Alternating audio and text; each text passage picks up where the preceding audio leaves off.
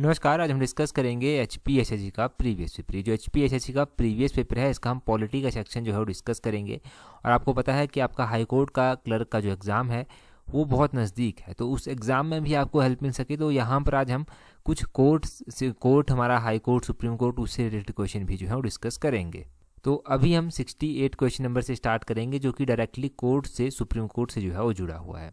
बोलते हैं to ensure the impartiality the retired chief justice and other जजेस of supreme court are debarred from practising law.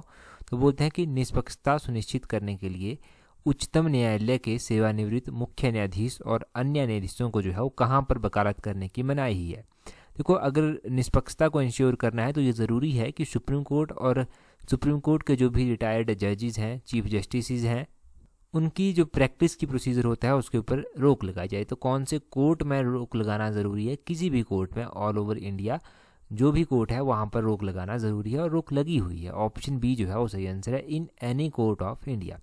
Supreme court के जजेस होते हैं, चीफ जस्टिस होते हैं, इनको बहुत सुविधाएं भी जो हैं वो दी जाती हैं। अभी देखो, कॉलेजियम सिस्टम को लेकर भी आप खबरों में पढ़ रहे हैं कि सुप्रीम कोर्ट का कॉलेजियम सिस्टम जो है इसको लेकर जो है वो थोड़ा झगड़ा चला हुआ है सरकार के साथ। दूसरा, आप ये भी अभी देख रहे होंगे ज़रूर कि आए दिनों जो है हमारे जो लॉ मिनिस्टर हैं किरण रिजिजू, उनकी जो है वो कुछ ना कुछ स्टेटमेंट जो है वो आती रहती है। उन्होंने कल ये भी कहा पार्लियामेंट में, कल परसों ये भी कहा पार्लियामेंट में कि जो सुप्रीम कोर्ट के जजेस, चीफ जस्टिस हैं, उनको ज़्यादा सुविधाएं दी जाती हैं as compare to member of parliament. तो इसीलिए वो कुछ थोड़ा सा अगेंस्ट जा रहे हैं कॉलेजियम सिस्टम के। बहुत इनके बीच में जो है वो डिस्प्यूट चला हुआ है। खैर, एग्जाम पॉइंट ऑफ व्यू से ये चीज़ें ज़रूरी नहीं है। ज़रूरी है कि हमारे प्रेजेंट टाइम में चीफ जस्टिस कौन है, chief justice of supreme court कौन है। तो उदय उमेश ललित, ये जो था ये 49 नंबर के चीफ जस्टिस थे। अभी ये रिटायर हो गए हैं। अब ये रिटायर हो गए हैं तो जस्टिस चंद्रचूड़ जो हैं वो नए चीफ जस्टिस जो हैं वो बने हैं। ये 50वें नंबर के जो हैं वो चीफ जस्टिस बने हैं। तो आप ध्यान रखिएगा, जस्टिस डी.वाई. चंद्रचूड़ का नाम इम्पॉर्टेंट है। ये चीफ जस्टिस हैं सुप्रीम कोर्ट ऑफ इंडिया के। और आपने ये भी साथ में ध्यान रखना है कि सुप्रीम कोर्ट का जज या फिर चीफ जस्टिस किसी ने बनना है तो उसके लिए क्या प्रोसीजर होगी, क्या प्रक्रिया होगी। तो सबसे पहली और सबसे बेसिक जो प्रक्रिया होती है जज बनने के लिए सुप्रीम कोर्ट का, वो ये होती है कि वो सिटीज़न होना चाहिए इंडिया का। दूसरी इसमें कंडीशन ये लगाई गई है कि वो जज भी होना चाहिए हाई कोर्ट का। एटलीस्ट 5 ईयर उसने एज अ जज जो है वहाँ पर काम किया होना चाहिए। तीसरी कंडीशन इन्होंने ये लगाई है कि वो एडवोकेट होना चाहिए, उसने वकालत प्रैक्टिस की होनी चाहिए, कहाँ पर, हाई कोर्ट में, और एटलीस्ट 10 ईयर्स तक। और अपॉइंट कौन करेगा इनको? तो अपॉइंटमेंट इनकी प्रेसिडेंट के द्वारा की जाएगी। ये ज़रूर ध्यान रखना कि जज हो गया, चीफ जस्टिस हो गया सुप्रीम कोर्ट के, इनको कौन अपॉइंट करता है? इनको प्रेसिडेंट ऑफ इंडिया जो हैं वो अपॉइंट करते हैं। तो यही 3-4 क्वेश्चंस जो यहाँ से निकल कर आए। डेफिनेटली एक आधा क्वेश्चन पूछे जाने की संभावना है, खासकर ये चीफ जस्टिस का नाम ध्यान रखना आप, और जो मैंने बताया कि कौन अपॉइंट करता है वो भी ध्यान रखना। अगला क्वेश्चन देखिए, अगले क्वेश्चन में बोलते हैं for the creation of a new state in India the amendment of the constitution will require. तो अगर देखिए, अगर हमारा जो कोई भी नया स्टेट है, क्रिएट करना है कोई भी नया स्टेट, तो उसकी क्रिएशन के लिए जो है वो किस तरह की अमेंडमेंट पार्लियामेंट में करनी पड़ेगी, किस मेजॉरिटी के साथ करनी पड़ेगी। देखो, भारत में नए राज्य के निर्माण के लिए संविधान के संशोधन की आवश्यकता होती है। ये संशोधन होता है option A, simple majority in parliament, यानी कि संसद में साधारण बहुमत के साथ जो है वो बिल को पास करवाना पड़ता है और नया स्टेट जो है वो क्रिएट कर सकते हैं। ये बात आपने ध्यान रखनी है।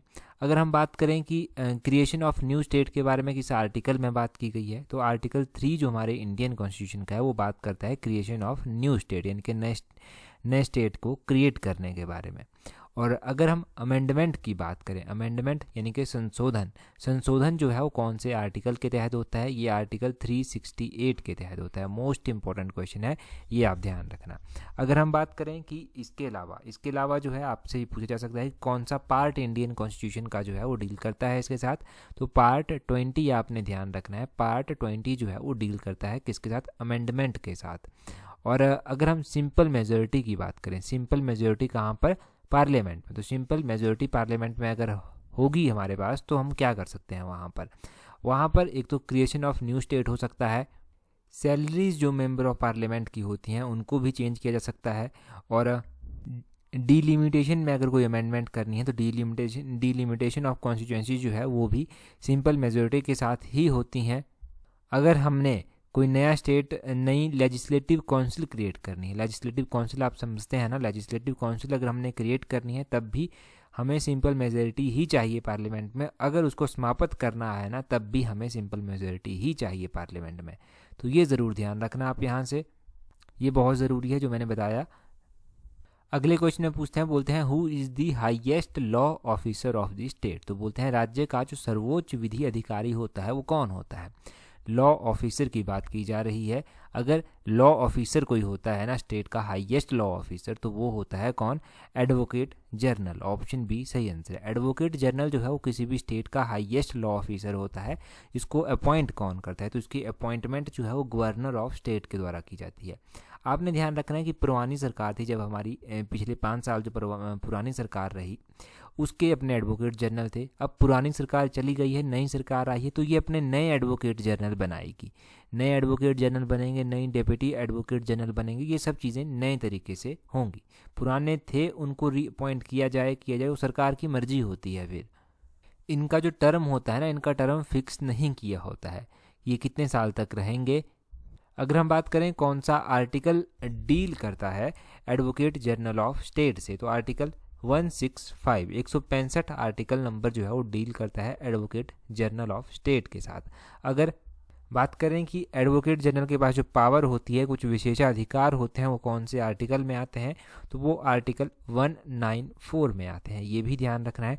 अगर आपसे highest law officer of India पूछ लिया जाए, तो highest law officer of India कौन होता है, वो होता है attorney general. Attorney general highest law officer होता है। और कौन सा आर्टिकल जो है अटॉर्नी जनरल की बात करता है, आर्टिकल नंबर 76 अटॉर्नी जनरल की बात करता है, ये भी ध्यान रखिए। आगे 51 क्वेश्चन में बोलते हैं which of the following is not true. तो बोलते हैं इनमें से कौन सा कथन सही नहीं है। इसके लिए आपको सारे कथन ढंग से पढ़ने पड़ेंगे, तभी आप सही जो है वो चूज़ कर पाएंगे। ऑप्शन डी से हम स्टार्ट करेंगे। यहाँ पर बोलते हैं population of state is not the sole consideration for the allotment of seats in Rajya Sabha. बोलते हैं कि राज्यसभा में सीटों के आवंटन का एकमात्र उपलक्ष्य किसी राज्य की जनसंख्या नहीं होती है। तो ये बिल्कुल सही बात कही गई है, सिर्फ जनसंख्या को देखकर राज्यसभा की सीटें नहीं बांटी जाती हैं, ये सही बात है। अगर हिमाचल में राज्यसभा की सीट्स की बात करें तो 3 राज्यसभा की सीट्स आती हैं। सी स्टेटमेंट देखिए, सी में बोलते हैं a member of Lok Sabha can not hold an office of profit under the government.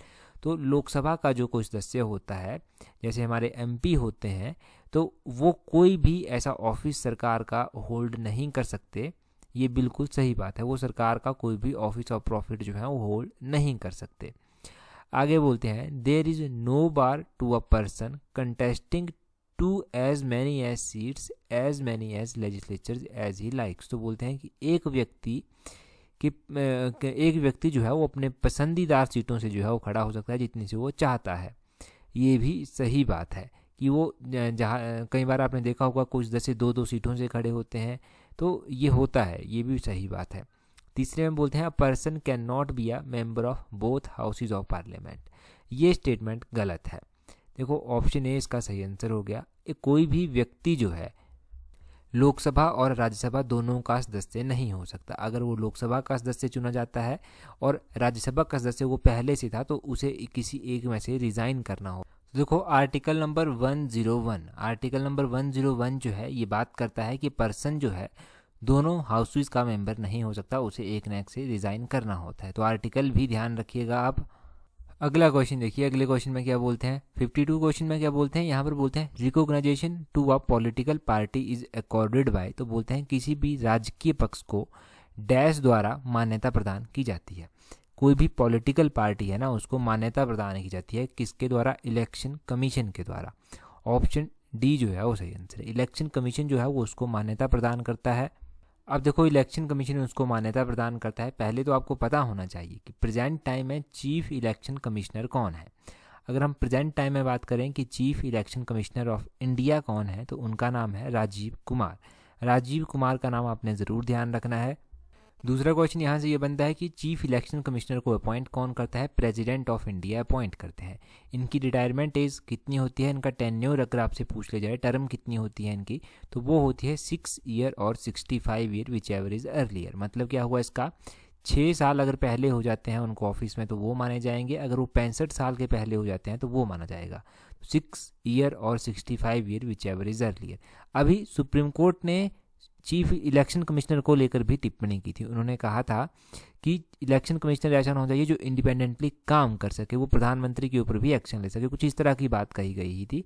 तो ये इंपॉर्टेंट हो जाता है question exam point of view से भी। कई बार ना आर्टिकल पूछ लिया जाता है कि कौन सा आर्टिकल इलेक्शन कमीशन से डील करता है। आर्टिकल नंबर 324 जो है वो इलेक्शन कमीशन से डील करता है। इलेक्शन कमीशन जो है आपकी एक कॉन्स्टिट्यूशनल बॉडी है, ये भी आपने ध्यान रखना है। तो इलेक्शन कमीशन के बारे में ये सारी चीज़ें आपकी क्लियर होगी, अब डाउट नहीं रहना चाहिए मन में। अगला क्वेश्चन देखिए, अगले क्वेश्चन में क्या बोलते हैं, 179 क्वेश्चन में बोलते हैं where do we find the ideals of Indian democracy in the constitution. तो बोलते हैं कि संविधान में भारतीय लोकतंत्र का स्वरूप कहाँ मिलता है। संविधान में अगर भारतीय लोकतंत्र का स्वरूप मिलता है तो वो प्रियम्बल में मिलता है। ऑप्शन ए सही आंसर है। प्रियम्बल में मिलता है क्योंकि इसमें सारी चीज़ें मेंशन की गई हैं इंडिया के बारे में। क्या क्या मेंशन किया गया है कि इंडिया एक sovereign, socialistic, secular, democratic, Republican ये कंट्री जो है वो इंडिया को दर्शाया गया है। जस्टिस, लिबर्टी, इक्वलिटी, फ्रेटर्निटी इनकी बात भी जो है वो वहाँ पर की गई है। तो प्रियम्बल आप पढ़ लेना, अगर आपने नहीं पढ़ा है फिर वहाँ से ज़्यादा चीज़ें क्लियर हो जाएंगी आपकी। परंतु यहाँ पर पार्ट 3 दिया गया है ऑप्शन में, ये किसके साथ डील करता है इंडियन कॉन्स्टिट्यूशन का, ये बात करता है आपके फंडामेंटल राइट्स की। यहाँ पर पार्ट 4 दिया गया है। पार्ट 4 किसकी बात करता है, ये directive principle of state policy की बात करता है। पार्ट 1 दिया गया है। पार्ट 1 किसकी बात करता है, ये बात करता है यूनियन एंड इट्स टेरिटरी की बात। तो ये आपने ध्यान रखना है, यूनियन एंड इट्स टेरिटरी की बात ये करता है। तो ये चारों के चारों ऑप्शंस आपके क्लियर होने चाहिए, बिल्कुल क्लियर होने चाहिए। अगर आपसे क्वेश्चन इसके अलावा पूछ जाता है कि फंडामेंटल ड्यूटी से कौन सा पार्ट डील करता है, तो पार्ट 4A जो है वो फंडामेंटल ड्यूटी से बात जो है वो डील करता है। और इलेक्शन कमीशन की हम बात कर रहे हैं ना, तो इलेक्शन कमीशन से पार्ट 15 इलेक्शन की बात करता है। ये इलेक्शन की बात करता है पार्ट 15 आपका। और अमेंडमेंट का कौन सा बताया था मैंने, तो अमेंडमेंट का पार्ट 20 जो था वो मैंने आपको बताया था। अगला क्वेश्चन देखिए 180 नंबर क्वेश्चन बोलते हैं, यहाँ पर बोलते हैं 7th schedule of the constitution of India deals with. तो बोलते हैं 7th शेड्यूल पूछा गया है। 12 शेड्यूल है हमारे इंडियन कॉन्स्टिट्यूशन में, तो ये क्वेश्चन अलग अलग तरह से पूछा जाता है। 7th शेड्यूल डील करता है डिवीज़न ऑफ पावर की। किसकी बात करता है, ये बात करता है कि जो पावर्स होंगी उनका डिस्ट्रीब्यूशन होगा यूनियन और स्टेट्स के बीच में। ऑप्शन बी सही आंसर है। Distribution of power between the union and the state, इसकी बात ये करता है। किस तरह से पावर्स को डिवाइड किया जाएगा, तो कुछ ऐसी चीज़ें हैं जिनके ऊपर स्टेट कानून बना सकता है, कुछ ऐसी चीज़ें हैं जिनके ऊपर सेंट्रल गवर्नमेंट कानून बना सकती है, कुछ ऐसी चीज़ें हैं जिनके ऊपर ये दोनों ही कानून बना सकते हैं। तो ये क्या क्या चीज़ें हैं, जैसे कि यूनियन लिस्ट आपका हो गया, कंकरेंट लिस्ट आपका हो गया, स्टेट लिस्ट आपका हो गया, इसकी बात करता है ये पार्ट 7 आपका।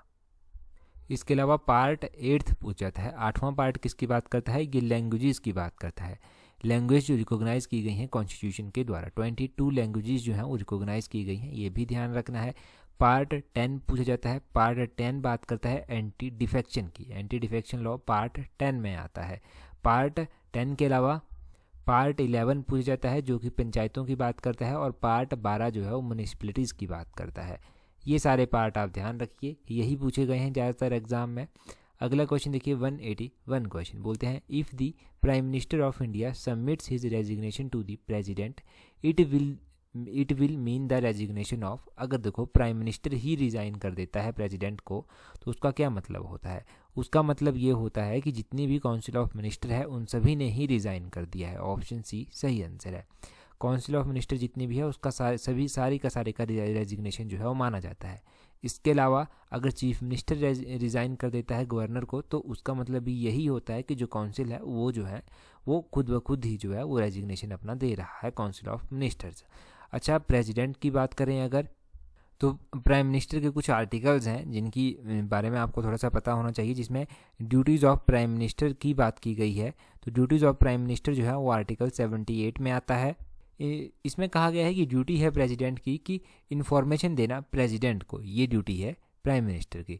और कुछ और भी चीज़ें बात की गई हैं, जैसे कि बिजनेस गवर्नमेंट का जो कंडक्ट होगा वो कौन से आर्टिकल में आता है, वो 77 आर्टिकल में आता है। जितनी भी काउंसिल ऑफ मिनिस्टर्स होती हैं वो एड एंड एडवाइस दे सकती हैं किसको, प्रेसिडेंट को, वो सलाह दे सकती हैं प्रेसिडेंट को। ये आर्टिकल 74 में आता है। ये आर्टिकल्स तो बहुत कॉमन आर्टिकल है।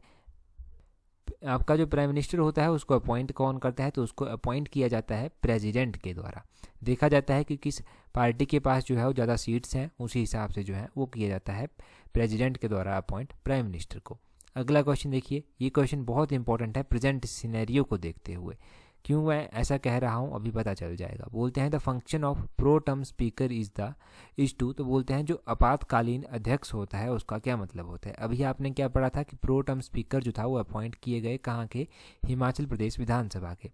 चंद्र कुमार को जो था वो अपॉइंट किया गया प्रो टर्म स्पीकर, और इनका काम क्या होगा, इनका काम ये होगा कि जो नए सदस्य से चुने गए हैं उनको शपथ दिलाना इनका काम होगा। तो 182 क्वेश्चन का उसी तरह से क्या सही आंसर हो जाएगा, ऑप्शन सी सही आंसर हो जाएगा। इसमें बोलते हैं swearing in members and hold charge till a regular speaker is elected, तो बोलते हैं नियमित अध्यक्ष चुना जाता है तब तक सदस्यों को शपथ दिलाना और पद ग्रहण करना जो है इसका काम है। ये ध्यान रखना है। जो नए सदस्य चुनकर अभी आए हैं ना हिमाचल में, जितने भी सदस्य हैं उन सभी को प्रो टर्म स्पीकर के द्वारा जो है वो शपथ दिलाई जाएगी। और जब तक नए स्पीकर जो चार्ज होल्ड नहीं कर सकते, नए स्पीकर को नहीं चुना जाता, तब तक यही जो है वो स्पीकर रहेंगे, ये भी पता होना चाहिए। परंतु जनरली होता यह है कि नए स्पीकर बहुत जल्दी चुन लिए जाते हैं। बस प्रो टर्म स्पीकर जो है इनका काम इतना रहता है कि इन्होंने शपथ जो है वो दिलानी है। अच्छा, अभी आपको क्लर्क का एग्ज़ाम है ना, हाई कोर्ट क्लर्क का एग्ज़ाम, तो हिमाचल प्रदेश कोर्ट से रिलेटेड जो क्वेश्चन बनते हैं उनको मैं एक बार जल्दी से रिवाइज आपको करवा देता हूँ। सबसे पहला क्वेश्चन बनता है कि हिमाचल प्रदेश हाई कोर्ट की स्थापना कब की गई थी। 1971 में हिमाचल प्रदेश हाई कोर्ट की स्थापना की गई थी। 1971 में हिमाचल प्रदेश को पूर्ण राज्य का दर्जा मिला, तभी जो था वो हाई कोर्ट भी इंडिविजुअली जो है वो हिमाचल को मिल गया। इससे पहले हिमाचल का हाई कोर्ट जो था वो दिल्ली में हुआ करता था, दिल्ली हाई कोर्ट के तहत जो था ये आता था। और ये जो दिल्ली का हाई कोर्ट है इसकी स्थापना 1966 में की गई थी, ये भी ध्यान रखिए। दिल्ली का हाई कोर्ट 1966 में स्थापित किया गया था। हिमाचल में जो है वो पंजाब का हाई कोर्ट रह चुका है। पीटर ऑफ बिल्डिंग का नाम आपने सुना है ना, पीटर ऑफ जो प्रेजेंटली होटल भी है, तो पीटर ऑफ जो है यहाँ से जो था वो पंजाब का हाई कोर्ट पहले चलता था, फिर इसको चंडीगढ़ जो था वो बाद में स्थापित किया गया था। आपको पता होना चाहिए कि ज़रूरी नहीं कि किसी भी स्टेट का हाई कोर्ट हो, 2 स्टेट्स का भी एक हाई कोर्ट हो सकता है। जैसे कि 2, 3, 4 कितने भी स्टेट्स का एक हाई कोर्ट हो सकता है। जैसे कि चंडीगढ़ हाई कोर्ट जो है वो किसका हाई कोर्ट है, चंडीगढ़ हाई कोर्ट। आपने ध्यान रखना है कि वो चंडीगढ़ के साथ साथ पंजाब और हरियाणा का भी हाई कोर्ट कहलाता है। इसको पंजाब हरियाणा हाई कोर्ट भी कहा जाता है। इसकी स्थापना 1875 में की गई थी। और अगर हम इसके बाद बात करें हिमाचल में, तो हिमाचल में जो था वो पहले जो चीफ जस्टिस बने थे हाई कोर्ट के, वो बने थे जस्टिस मिर्जा हिमदुल्ला बेग। इनका नाम ध्यान रखना है आपने। हिमाचल प्रदेश हाई कोर्ट में महिला चीफ जस्टिस भी रह चुकी हैं। पहली महिला चीफ जस्टिस ये बनी थी, ये 1991 में बनी थी। और इनका नाम क्या था, इनका नाम था जस्टिस लीला सेठ। जस्टिस लीला सेठ का नाम आपने ध्यान रखना है। और प्रेजेंट टाइम में अगर हम बात करें तो हिमाचल प्रदेश हाई कोर्ट जो है, हिमाचल प्रदेश हाई कोर्ट के जो चीफ जस्टिस हैं वो हैं जस्टिस अमजद सैयद। जस्टिस अमजद सैयद जो है वो चीफ जस्टिस हैं। और जो गवर्नर हैं हिमाचल प्रदेश के वो हैं राजेंद्र विश्वनाथ हार्लेकर। और जो हिमाचल प्रदेश का हाई कोर्ट है, हाई कोर्ट जिस बिल्डिंग से चलता है उस बिल्डिंग का नाम है रेवेंसवुड बिल्डिंग। ये क्वेश्चन पूछा गया है एग्जाम में, तो रेवेंसवुड बिल्डिंग का नाम ध्यान रखना है। कई बार तो बहुत ही कॉमन क्वेश्चन पूछ लेता है कि हिमाचल प्रदेश हाई कोर्ट का जो हेडक्वार्टर है वो कहाँ पर स्थित है, तो शिमला में ही है। ये इसमें कन्फ्यूज़न नहीं होना चाहिए। रेवेंसवुड बिल्डिंग शिमला में ही स्थित है और शिमला में ही हिमाचल प्रदेश का हाई कोर्ट है। अब चलो आपके लिए क्वेश्चन बन जाता है यहाँ से। क्वेश्चन आपके लिए ये बनता है कि हिमाचल प्रदेश हाई कोर्ट जो है या फिर किसी भी और स्टेट का हाई कोर्ट है, अगर उसके चीफ जस्टिस अपॉइंट करने हैं तो कौन अपॉइंट करेगा। किसी भी स्टेट के चीफ जस्टिस को अपॉइंट कौन करेगा, ये आप कमेंट करके जल्दी से बता दीजिए। और उनकी ओथ यानी कि उनकी शपथ जो होगी वो कौन ऑर्गेनाइज करवाएगा, ये बता दीजिए आप कमेंट करके। हाई कोर्ट का एग्जाम है तो ये बेसिक क्वेश्चंस हैं, कमेंट करके बता दीजिए। आपके कमेंट से बाकी लोगों को भी हेल्प मिल जाएगी। और टेलीग्राम पर अगर आपने अभी तक हमें ज्वाइन नहीं किया है तो अपना टेलीग्राम ओपन कीजिए, वहाँ से इस तरह से सर्च कीजिए @allexam31। आपको हमारा टेलीग्राम चैनल जो है वो मिल जाएगा। और अगर हाई कोर्ट क्लर्क के एग्ज़ाम की तैयारी कर ही रहे हैं, टेस्ट सीरीज़ अभी भी प्रैक्टिस करना चाहते हैं, तो नीचे डिस्क्रिप्शन बॉक्स और कमेंट बॉक्स में लिंक दिया गया है, वहाँ से प्रैक्टिस कर सकते हैं और जो थोड़ी बहुत कमी रह जाती है उसको इम्प्रूव कर सकते हैं अगर आप चाहें तो इस वीडियो में इतना ही काफ़ी है। तो that's all for today. Thank you very much for watching and listening it very patiently.